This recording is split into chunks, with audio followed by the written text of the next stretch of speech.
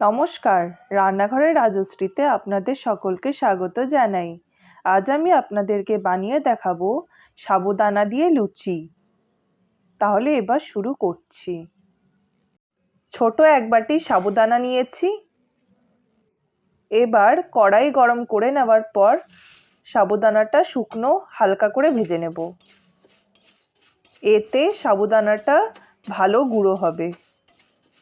2-3 মিনিটের মতো শুকনো ভেজে নেওয়ার পর নামিয়ে নিলাম। একটু ঠান্ডা করে নেওয়ার পর মিক্সিতে খুব ভালো করে গুঁড়ো করে নেব।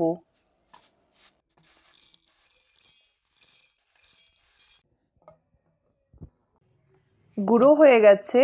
এবার একটি ছাঁকনি দিয়ে খুব ভালো করে চেলে নিচ্ছি।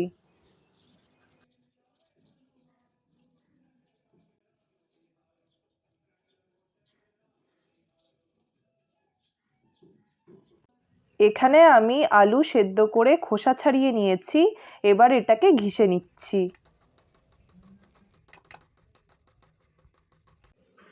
এবার এটাকে সাবুর গুঁড়োর মধ্যে দিয়ে দেব।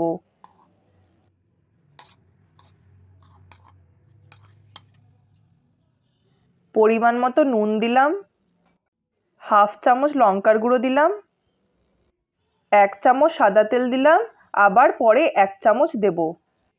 কুচনো ধনেপাতা দিয়ে দিলাম। সবগুলো খুব ভালো করে মিশিয়ে নিচ্ছি।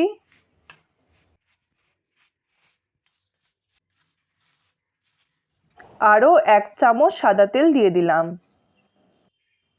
অল্প অল্প জল দিয়ে একটা ডো তৈরি করে নিচ্ছি।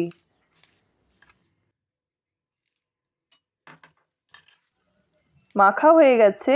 এবার লুচি বেলে নেব।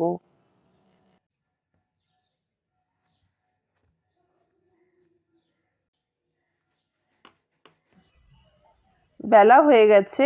এবার কড়াই গরম করে পরিমাণ মতো সাদা তেল দিয়ে লুচিগুলোকে ভেজে নেব।